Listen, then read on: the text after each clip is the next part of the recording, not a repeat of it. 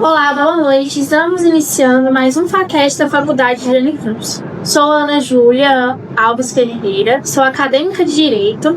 Agradeço ao Luciano Belina, coordenador-geral do FAQuest, e as nossas convidadas, a professora Divina Andréia, que também é coordenadora-geral do curso de Pedagogia, a aluna Giovana Larice e a sua mãe, Carla Larice. Sejam muito bem-vindas. Obrigada. O FAQuest de hoje é com o intuito de apresentar o projeto Quebrando Barreiras e Construindo Pontes. Bom, professora Divina Andréia, para começarmos, conte pra gente o que é o capacitismo e como ele está manifesta dentro das escolas. Boa noite, é um prazer estar aqui. Então, o que é o capacitismo? Capacitismo são todas as ações que excluem e desvalorizam as crianças atípicas ou a pessoa com deficiência.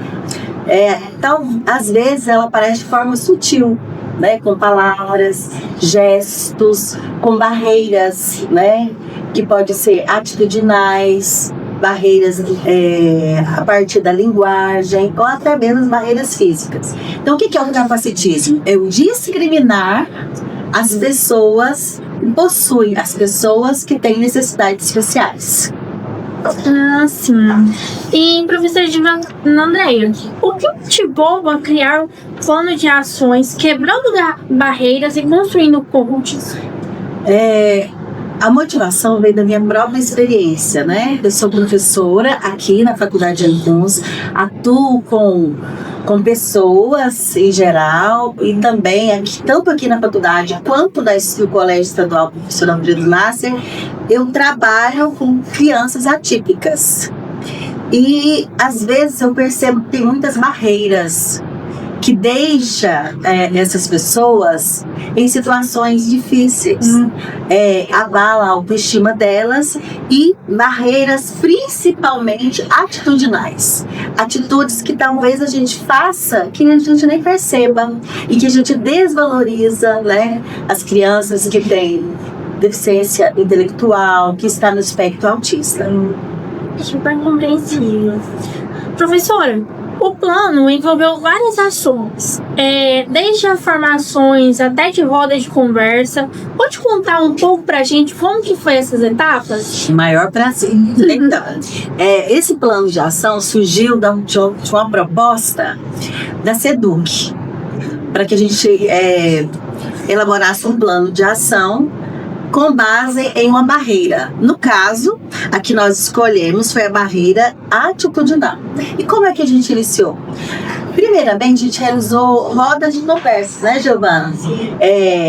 Entre os alunos que são atípicos. E daí eles falavam das suas experiências, falavam do que gostam, do que não gostam, né? Que atitudes que eram positivas para eles e atitudes que eram negativas, que eles não gostavam. A partir dessas rodas de conversas, foi gravado vídeos e a gente fez uma formação com professores da escola. Porque qual é o nosso objetivo?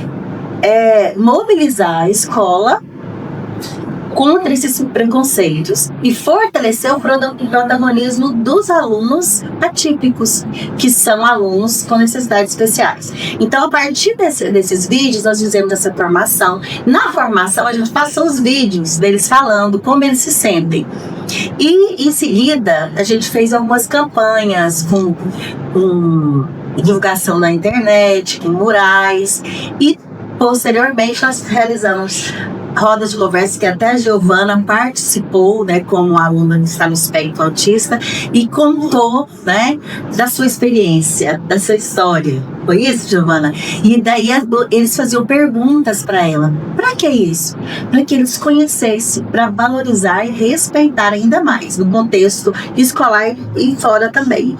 E então, a partir dessas rodas de conversa, nós elaboramos vários materiais, né, para a gente exibir, para chegarmos até aqui. Então, assim, foi um processo, ainda está sendo, né, um processo da escola, para que a gente consiga conscientizar a todos, né, as pessoas envolvidas, contra atitudes capacitistas, de desvalorização àqueles que têm necessidades especiais. Certo. Giovana, como a professora Andréia disse, Divina Andréia disse, você participou. Você pode contar pra gente como que foi essa experiência pra você, se você gostou, o que mais te cativou, esse tipo de coisa? Bom, a minha vida inteira eu ficava quietinha e quando eu entrei na escola eu abri um pouco. Eu comecei a comunicar mais, nas rodas de conversa eu participava pouco, mas quando foram mais tendo mais, eu comecei a ficar mais comunicativa. Aí com o tempo eu fui evoluindo e aí eu consigo falar normalmente, consigo falar o que eu sinto, eu consigo dizer qual o problema que eu tenho. Aí então eu ensino também aos outros alunos a tentar se expressar também, porque eles são muito tímidos, aí eles precisam de um empurrãozinho, né? Pra eles poderem se comunicar. Verdade, isso mesmo. Bom, isso é muito bom. Bom, você tem essa determinação também, né? E ela também participou criando um folder, né? Ela mesma desenhou. Que legal. Conta pra gente também sobre isso. Eu desenhei muitos desenhos, eu também fiz mapa mental, que eu percebi que antes não tinha mapa mental, né? Aí então, vou fazer porque não tem muito mapa mental sobre isso. Aí então, até compartilhei com os professores lá para eles terem o que se basear, mais ou menos. Ela adorou essa ideia porque ajudou ela a organizar os pensamentos, né? Isso. Isso é muito bom. Parabéns. Essa é espetacular. Senhora Caio, como mãe áptica, como a senhora percebeu a importância da sua filha estudar e estar junto com as pessoas da escola? Acho que você tem que fazer novamente essa pergunta atípica. Mães atípicas. Isso. Né? Senhora Carla, como mãe atípica, como a senhora percebeu a importância da sua filha estudar nessa escola e participar desse tipo de projeto? Primeiramente, dar voz, né? As crianças, a escutá-las, a identificar quais são seus valores, porque isso foi a chave. Porque daí ela teve mais interesse, ela começou a querer participar, ela teve abertura, e assim, junto com os professores, com todo mundo da escola, teve a inclusão, que é o mais importante. Então ela desenvolveu demais, ela assim, agora ela tem a voz, ela fala o que ela gosta, ela tenta desenvolver conforme ela consegue expressar. Isso fez muita diferença, foi muito enriquecedor para ela. Muito bom. E o que a senhora mais destacaria como impacto positivo desse tipo de ação na escola da Giovana? A inclusão, com certeza. Ela poder desenvolver, ela poder ter voz de fala, eles colocarem ela para desenvolver conforme ela acha que ela dá conta, sem a cobrança de que ela tem que ser, como que eu posso falar? Conforme ela vai desenvolvendo, eles vão pegando o que é melhor dela e não colocando como negativo, tipo, você não consegue fazer isso, você precisa desenvolver assim. Motivação, então, isso foi muito importante, foi muito... ela desenvolveu muito, assim. Muito bom. Giovana, se você pudesse dar um conselho para os seus colegas, qual seria? Um dos problemas que é verbalmente. É quando você dá um exemplo e ele não entendeu e tem medo de falar ou a resposta errada ou a certo. De se expressar, né? De se expressar. Eles pensam muito em como vão se expressar. Eles pensam primeiro para depois fazer. Aí quando é uma coisa que tem dúvida, eles demoram muito a dar resposta porque tem medo de falar errado. E se ele não entendeu uma explicação primeiro, tenta explicar de uma maneira diferente que eles podem entender. Ai, muito linda essa Giovana. Senhora Carla, e para as famílias, que conselho você daria? Primeiro, acreditar nas crianças que elas são capazes, né? Não colocar limitação pelo fato delas serem diagnosticadas, rotuladas, e principalmente a união da escola com a família. A participação fez total diferença no desenvolvimento dela, porque você escutar o que os professores querem nem sempre é bom para os pais, né? Mas para o desenvolvimento da criança, você tem que entender que tem como eu posso falar? Eles têm maneiras de se expressar na escola que talvez os pais não entendam. E aí você tem que entender, você tem que aceitar que ela vai desenvolver diferente, não é igual em casa. E eu demorei muito a perceber isso. Você sempre colaborou bastante. Sim, né? e aí essa questão, Professora Edmila André, Sim. para encerrarmos, qual mensagem a senhora deixaria para os educadores que nos ouvem agora? Então, eu diria que a inclusão, ela não é um evento, né? Não é uma ação, é dia a dia, é processo.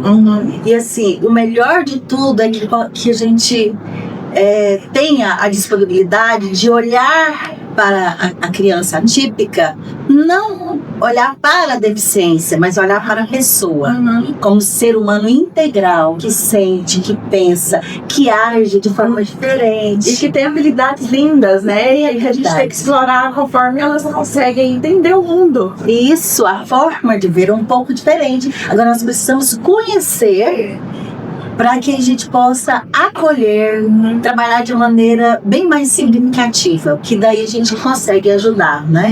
E assim, dizer também que o professor faz parte dessa ponte, né? Que conecta as diferenças com respeito. O professor ele tem que ser um mediador para conseguir fazer essa ponte entre as coisas que essa criança conhece, o hiperfoco dela, por exemplo, a Larissa, o hiperfoco dela é o desenho. Então, a partir dele, ela se expressou e a autoestima ficou elevada e ela consegue hoje fazer isso com outras crianças. Ela consegue ver essa oportunidade em outras crianças. Isso é lindo. E assim, e dizer também para todos que estão nos escutando que a escola, ela pode ser e ela deve ser o espaço em que todos aprendem. E assim, dizer também para todos que estão ouvindo aqui, que toda criança que interage, ela tem capacidade de aprender. Então nós não podemos esquecer disso. Não podemos ter atitudes capacitistas, que de repente a gente até tem. A gente fala assim, coitadinho. Verdade. Ou então fazer uma inclusão. Foi a chave lá em casa. A gente nunca diminuiu, nunca inferiorizou, não. Ela dá conta, vamos lá. Ela demora mais, mas não vamos conseguir. E assim, a gente percebe que às vezes as crianças chegam na nossa escola, que é o Colégio Estadual Professor Alfredo Massa, no 6º ano. Às vezes, por ter uma deficiência intelectual, ou algum transtorno de aprendizagem, ou estar no espectro autista, de repente, chegam lá, a Giovana, crianças no 6º ano, que não sabem ler e escrever. E aí eu comecei a pensar sobre isso. Por que chegam aqui? Eu penso, criança, ela aprendeu a conversar, aprendeu a falar, e não está conseguindo aprender a escrever? E a gente começa esse trabalho lá. Então, eu quero dizer para os educadores que há possibilidade. Você precisa olhar e ver possibilidade. E daí você começa a trabalhar, né, da forma que a gente usa o que a gente já sabe, para aprender aquilo que a gente não sabe. Assim como as crianças também. E lá a gente ensina eles a ler e escrever. Então, é possível. Então, a gente não pode deixar eles à margem, né? Nós devemos fazer uma inclusão realmente real. Não é só chamar para participar, pôr no grupo. Mas também os professores, todos que tem na escola, inclusive os alunos, têm que colaborar. Isso, verdade. Porque além dos professores ensinar as pessoas com espectro autista, os colegas também têm que ensinar ele também, porque é através da comunicação e interação que eles vão aprender. Isso, verdade. Entre os alunos também. Então, esse é o projeto, né? Quebrando barreiras de conhecimento, de atitudes e construindo pontes. Pontes para quê? Para aprendizado, para o sucesso dessas crianças. E na nossa escola e aqui na faculdade a gente trabalha muito isso. E é muito importante, né? O desenvolvimento Bom, Divina Andréia, eu falei assim que a gente tava se encerrando, mas eu vou apresentar mais duas perguntinhas. A senhora escreveu um artigo, né, sobre esse projeto, que falam sobre resultados muito expressivos. Você pode falar quais você destacaria pra gente, por favor? Sem dúvida, o maior resultado é essa mudança de olhar dos envolvidos, tanto pais como professores, equipe escolar e dos próprios alunos, né? As crianças atípicas, crianças que têm o transtorno do espectro autista ou outros transtornos, passaram a se olhar de forma diferenciada. A individualidade, mas com um olhar no todo, né? Do todo. E assim, um dos maiores resultados hoje a gente está aqui, né? A nossa aluna Giovana, que antes ela tinha barreiras, né? Para falar. Uma certa rejeição pela escola, foi quebrada, foi muito linda, ela gosta de ir pra escola agora. É linda, ela participa. E assim, hoje ela faz a 3ª série, né? Tá terminando. E assim, essa ação é uma delas da escola, mas a Giovana já iniciou lá desde 7 anos? Foi. E hoje ela está na 3ª série. Então a gente vê, né, que essa evolução bem grande. E assim, além desse resultado, dessa mudança de olhar, a gente percebeu também mudanças na atitude. Porque primeiro a gente pensa diferente, né? Eu penso, depois eu sinto e eu acho diferente. Então, assim, a nossa escola já tem essa característica, esse olhar, um olhar acolhedor, um olhar humanizado, né? Humanizado. E temos essa parceria com a faculdade de Aricuns, que é muito importante, né? Com os estágios, com os projetos de extensão. E também o curso de pedagogia trata bastante desse assunto. E leva para as escolas, como a nossa escola tem a maioria dos professores lá, inclusive sua mãe é uma das professoras, a professora Fernanda Alves, veio da faculdade de Aricuns e está hoje nas escolas atuando de maneira brilhante, né? Isso é muito positivo. Giovana, você que está no espectro autista, tem um foco, qual seria o seu? Você poderia contar um pouco pra gente?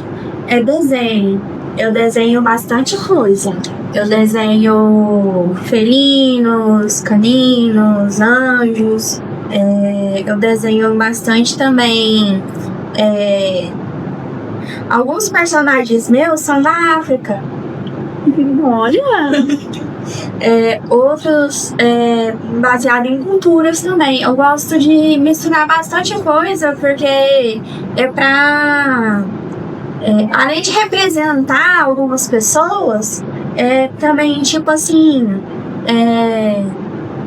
criar uma história por trás, ensinar, dar valor. Lindo demais, eu mesmo falo. Deixa eu ver o que mais. Eu tenho muita facilidade, tipo assim, se uma pessoa colocar, Giovana, faz um desenho sobre mandala. Eu desenho o desenho. Eu desenho baseado naquela condição. Aí então, de acordo com a minha criatividade. Eu não gosto de copiar. Se eu for copiar, eu falo que copio e eu não deixo totalmente igual. Eu deixo parecido. Autêntico. Eu não é autêntico. Você cria os seus próprios desenhos, né? Isso é muito bom. Eu crio muitos. Personagens lindos. Eu quero me depois. Posso falar um pouco? Pode? Então, complementar complementando a fala dela, eu entendo que é assim, desde muito nova, a Giovana, eu vi que ela tinha essa habilidade em desenhar, porém nas outras ela tinha uma dificuldade. Eu vi que isso poderia favorecer ela e usei isso a favor dela. Então cada criança vai ter um hiperfoco que ele vai desenvolver mais. Então é a oportunidade que os pais têm de conhecer e levar isso para a escola para que isso tenha assim, a produtividade, sabe?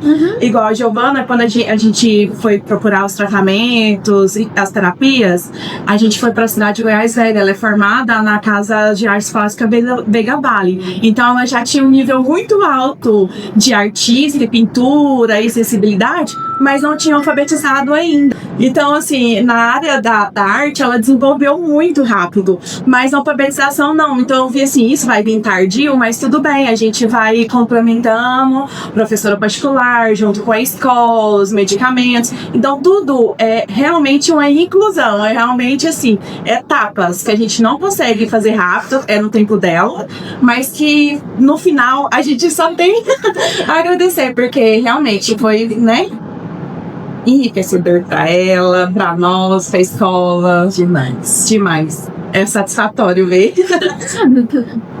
Então, bom, a gente tá encerrando com o podcast de hoje. Se vocês quiserem colocar mais alguma coisa, acrescentar mais alguma coisa, vocês podem ficar à vontade.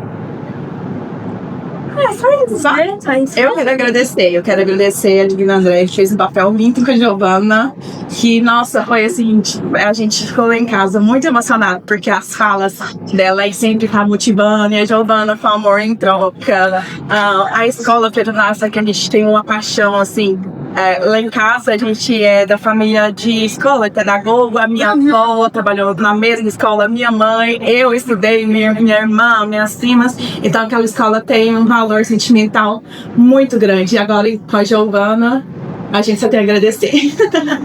E assim, a escola, talvez muitas pessoas não saibam, mas a escola ela precisa, a gente faz um estudo de caso de cada aluno, e a gente passa para os professores, e os professores, eles planejam algo individual para esse aluno, o PEI. Planejamento Educacional Individualizado, com base no estudo de caso que a gente faz. Então, assim, todos os professores conhecem as características individuais de todos os alunos da escola, para ter um planejamento individualizado, porque isso realmente é inclusão. Isso, né? Acreditar que eles têm a capacidade, né? Não ter atitudes capacitistas, e desenvolver algo diferenciado. Uma maneira de não ser capacitista é planejar algo individualizado para esse aluno. É direito deles. E da nossa escola, e nós aqui na faculdade, a gente trabalha bastante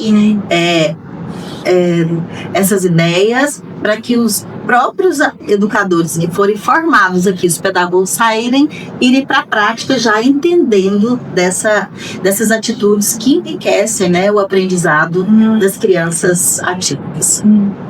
Bom, eu quero agradecer a participação de vocês, é muito importante pra gente. Agradeço de verdade, foi uma grande honra vocês estarem aqui. Muito obrigada.